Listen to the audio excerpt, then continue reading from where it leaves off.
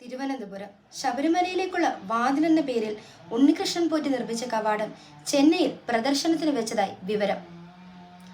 അറ്റകുറ്റപ്പണിക്കായി കൊണ്ടുപോയ ശബരിമലയിലെ സ്വർണ്ണപ്പാളി ശ്രീകോവിലിന്റെ വാതിൽ എന്ന പേരിൽ ഉണ്ണികൃഷ്ണൻ പോറ്റി ബാംഗ്ലൂരുവിലെ ശ്രീരാമപുര അയ്യപ്പ ക്ഷേത്രത്തിൽ പ്രദർശിപ്പിച്ചതായി തെളിഞ്ഞിരിക്കുന്നു.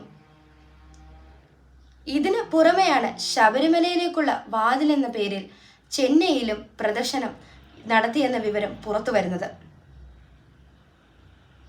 ചടങ്ങിൽ നടൻ ജയറാം പങ്കെടുക്കുന്ന ദൃശ്യങ്ങളും പുറത്തു വന്നു. ശബരിമല അയ്യപ്പന്റെ നടയും കട്ടിളപ്പടിയും എന്ന നിലയിലാണ് ഉണ്ണികൃഷ്ണൻ പോറ്റി വാതിൽ ചെന്നൈയിൽ പ്രദർശിപ്പിച്ചത്. ഉണ്ണികൃഷ്ണൻ പോറ്റി ക്ഷണിച്ചിട്ടാണ് താൻ വന്നതെന്ന് ജയറാം പറയുന്നുണ്ട്. ശബരിമലയിലേക്കുള്ള വാതിൽ തൊട്ടുതൊഴാൻ ഉണ്ണികൃഷ്ണൻ പോറ്റി കാരണം തനിക്ക് ഭാഗ്യം ലഭിച്ചെന്നും ജയറാം പറയുന്നുണ്ട്.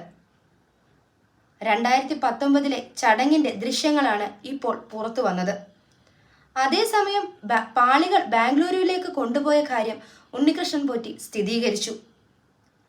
ശബരിമലയിൽ നിന്നിറങ്ങുമ്പോൾ നേരെ വീട്ടിൽ പോയിട്ടാണ് മറ്റിടങ്ങളിലേക്ക് പോകുന്നതെന്നും അതുകൊണ്ടാണ് പാളികൾ ബാംഗ്ലൂരുവിലേക്ക് കൊണ്ടുവന്നതുമാണ് ഉണ്ണികൃഷ്ണൻ പോറ്റിയുടെ വിശദീകരണം.